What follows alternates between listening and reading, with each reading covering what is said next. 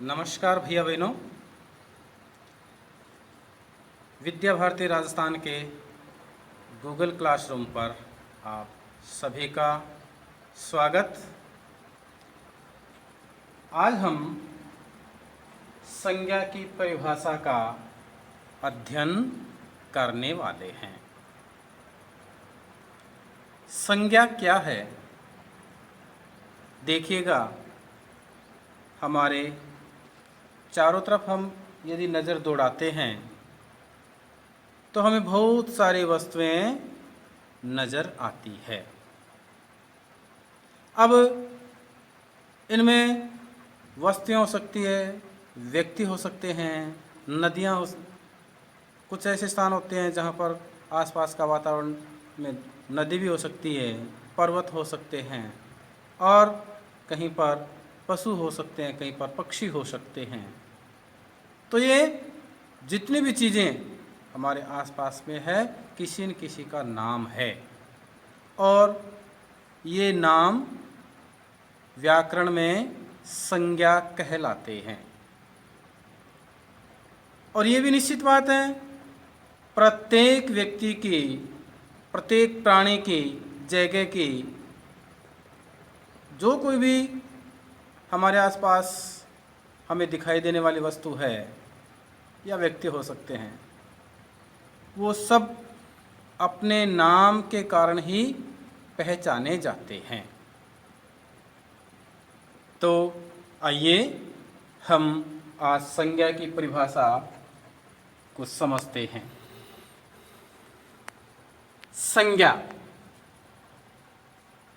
किसी व्यक्ति, वस्तु, स्थान, जाति, विशेष नाम, भाव अथवा अवस्था का बोध होता है, उसे संज्ञा कहते हैं।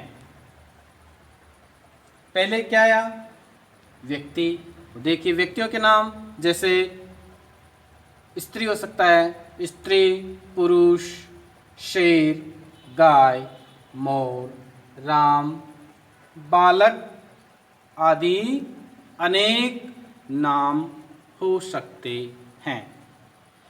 इसी प्रकार से हम वस्तुओं का वर्गीकरण करते हैं हमारी परिभाषा के अनुसार। तो वस्तुओं के नाम देखिए, कुछ उदाहरण: पुस्तक, मेज, कंप्यूटर, पेन, कुर्सी। और इसी प्रकार से हम नज़र दौड़ाते हैं तो देखिए, हमारे आसपास में पंखे नज़र आ रहे हैं, हमें सरस्वती माँ की तस्वीर, ओम, भारत माँ आदि की तस्वीरें हमें नज़र आ रही है। इसी प्रकार से यदि हम और भी नज़र दौड़ाएं तो यहाँ पर माइक नज़र आ रहा है, स्पीकर। इस प्रकार से जो भी वस्तु हमें नज़र आती है वो संज्ञा है। इसी प्रकार से अगला हमारा बिंदु है स्थान। तो जैसे स्थानों के उदाहरण देखिए, स्थानों के नाम जैसे जयपुर, दिल्ली। अब ये केवल दो नाम आए हैं यहाँ पर, जयपुर और दिल्ली। इसका मतलब ये थोड़ी है कि जयपुर और दिल्ली है, और भी तो बहुत सारे शहर हैं। अलवर हो सकता है, बीकानेर हो सकता है, जोधपुर हो सकता है, अजमेर हो सकता है, कोलकाता हो सकता है, मुंबई हो सकती है। इस प्रकार से जितने भी स्थानों के नाम हैं वे सारे ताजमहल, विद्यालय, लाल किला, आमेर का किला भी हो सकता है, पर यहाँ पर कुछ उदाहरण हमने लिए हैं। ठीक है। इसी प्रकार से भाव। अब भाव में, भाव का अर्थ क्या है? जिसका भाव हम महसूस कर सकते हैं, देख नहीं सकते।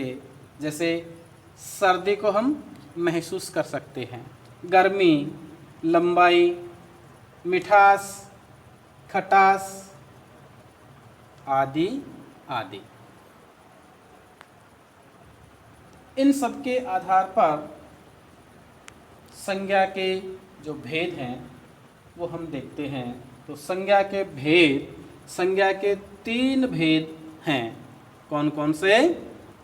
देखिएगा, व्यक्तिवाचक संज्ञा। अब व्यक्तिवाचक संज्ञा क्या होती है? जिन संज्ञा शब्दों से किसी विशेष प्राणी, स्थान या वस्तु के नाम का बोध होता है, उसे व्यक्तिवाचक संज्ञा कहते हैं। इसी प्रकार से जातिवाचक संज्ञा, जिन संज्ञा शब्दों से किसी वर्ग, जाति, समुदाय, स्थान का बोध होता है, उसे जातिवाचक संज्ञा कहते हैं। उदाहरण देखिए, जैसे स्त्री, बालक, पुरुष, नगर, पक्षी आदि। स्त्री में पूरी स्त्री जाति सम्मिलित हो जाती है। इसी प्रकार से जो बालक है, सभी बालक इसमें सम्मिलित हो जाते हैं। इसी प्रकार से पुरुष वर्ग, पूरा पुरुष वर्ग, और नगर में पूरा नगर आ जाता है, और पक्षी में सारे पक्षी सम्मिलित हो जाते हैं। इसलिए जिन संज्ञा शब्दों से हमें किसी वर्ग, जाति, समुदाय, स्थान का बोध होता है, उसे हम जातिवाचक संज्ञा कहते हैं। फिर है भाववाचक संज्ञा, जिन संज्ञा शब्दों से व्यक्ति, जीव, जंतु, वस्तु, स्थान के गुण, दोष, अवस्था या भाव का बोध होता है, उसे भाववाचक संज्ञा कहते हैं। अब भाववाचक पहले भी हमने ध्यान किया था, जैसे मिठास, खटाई, नमकीन, बुढ़ापा, युवावस्था, ये सारे हम महसूस कर सकते हैं, इनके भाव हम समझ सकते हैं। इनके जो गुण दोष हैं, इनकी जानकारी हमें जो शब्द करवाते हैं, वे भाववाचक संज्ञा कहलाते हैं। ये संज्ञा की परिभाषा है। बड़े ही सरल तरीके से हमने समझा है। आशा है आपके समझ में आया होगा। आप इसको अच्छे से याद करें और अपनी अभ्यास पुस्तिका में अवश्य लिखें। साथ ही जब आप लोग वीडियो देखते हैं, तो वीडियो को देखने के बाद लाइक करना ना भूलें, क्योंकि आप सब जानते हैं आचार्य जी आपके लिए कितनी मेहनत करते हैं। तो निश्चित बात है, आपका जो समय है ज़्यादा नहीं लगने वाला। लाइक का बटन ज़रूर दबाएं, और यदि आपका किसी भी प्रकार का कोई सुझाव है तो वो नीचे आप ज़रूर लिखें, निसंकोच होकर के अपने सुझाव लिखें। एक बार पुनः सभी का बहुत बहुत धन्यवाद।